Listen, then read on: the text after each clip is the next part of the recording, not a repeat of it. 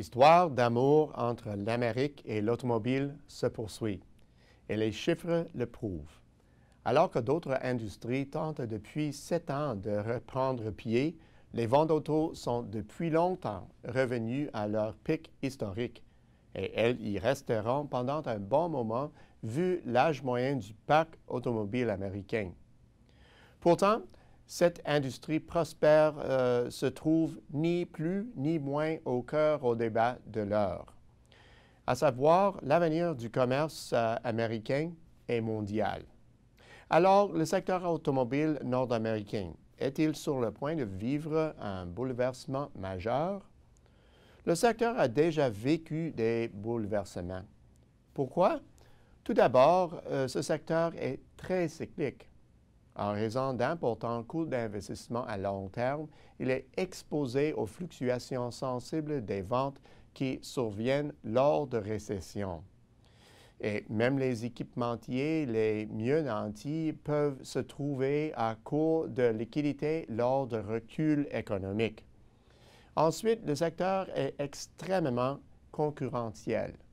Les géants de l'industrie ont dû s'adapter à une concurrence intrasectorielle relative au prix, à l'efficience, à la technologie et de plus en plus à des considérations environnementales.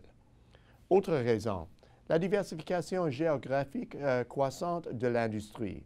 Le temps où elle était présente dans un unique pays est depuis longtemps révolu.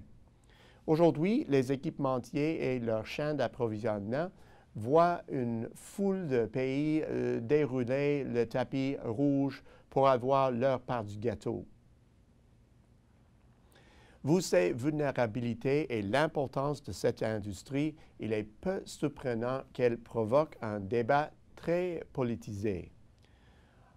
On en a vu l'illustration la plus évidente lorsque les trois grands de Détroit ont failli mettre la clé sous la porte dans la foulée de la grande récession, soit lorsque de généreux plans de sauvetage ont été offerts aux trois constructeurs et acceptés par 2 d'entre eux. Ce n'est pas la première fois qu'une crise nécessite une forte intervention gouvernementale, mais l'industrie nord-américaine ne s'était sans doute jamais trouvée si près du gouffre. Par chance, la crise est terminée, en quelque sorte. Le secteur tourne rondement, les ventes de véhicules légers sur le marché américain avoisinent les 18 millions d'unités en rythme annuel. Ce chiffre rivalise avec les sommets atteints par les ventes lors du dernier cycle économique. Il est donc bien difficile d'imaginer une conjoncture plus favorable. Malgré tout, le débat sur le commerce a plongé ce secteur en effervescence dans une crise idéologique. Quel est le problème? Les emplois perdus dans la ceinture industrielle des États-Unis, la Rust Belt, n'ont jamais été retrouvés. À cela s'ajoute un déficit commercial sectoriel grandissant avec le Mexique. Les Américains voient donc les constructeurs et leurs chaînes d'approvisionnement annoncer des investissements de plusieurs milliards de dollars au Mexique et ressentent un fort sentiment d'injustice. Cette nouvelle vague de l'idéologie « l'Amérique d'abord » n'est pas seulement préoccupante pour le Mexique. Les producteurs canadiens redoutent aussi d'être la cible de ce ressentiment et d'être forcés ou subtilement contraints à intensifier leur production aux États-Unis.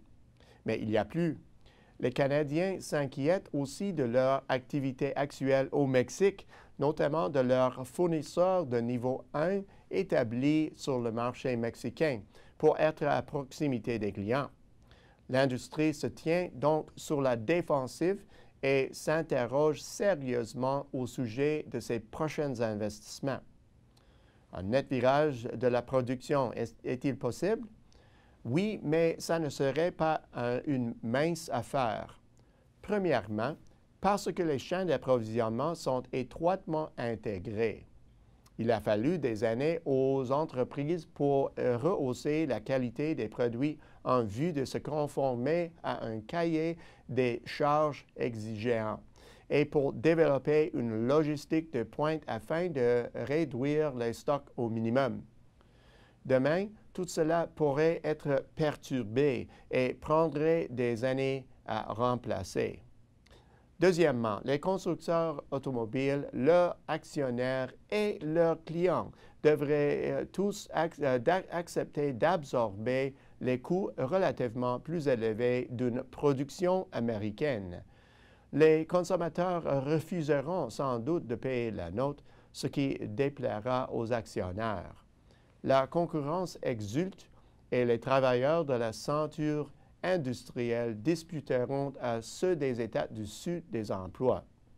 Troisièmement, les États-Unis font déjà face à d'extraordinaires contraintes de capacité. En effet, l'industrie est littéralement en ébullition et tourne à 118% de la capacité utilisée en 2006-2007. Quatrièmement, la proximité avec les pôles technologiques est un facteur de plus en plus important, car les conducteurs sont friands de dispositifs électroniques et de véhicules plus intelligents. Enfin, les usines de fabrication d'automobiles nécessitent davantage de capitaux par le passé, et elles ne sont plus les machines à créer des emplois d'autrefois. Le rapatriement des investissements pourrait bien ne pas combler les attentes des électeurs américains. Au bout du compte, la concurrence a été profitable à l'industrie automobile américaine dans son ensemble. Or, les politiques de l'Amérique d'abord menacent considérablement cette dynamique d'une façon qui risque d'être préjudiciable aux trois grandes détroits à moyen et à long terme.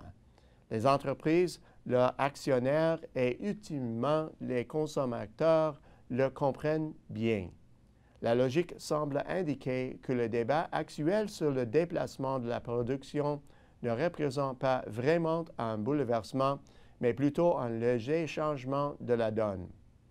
Soyons réalistes.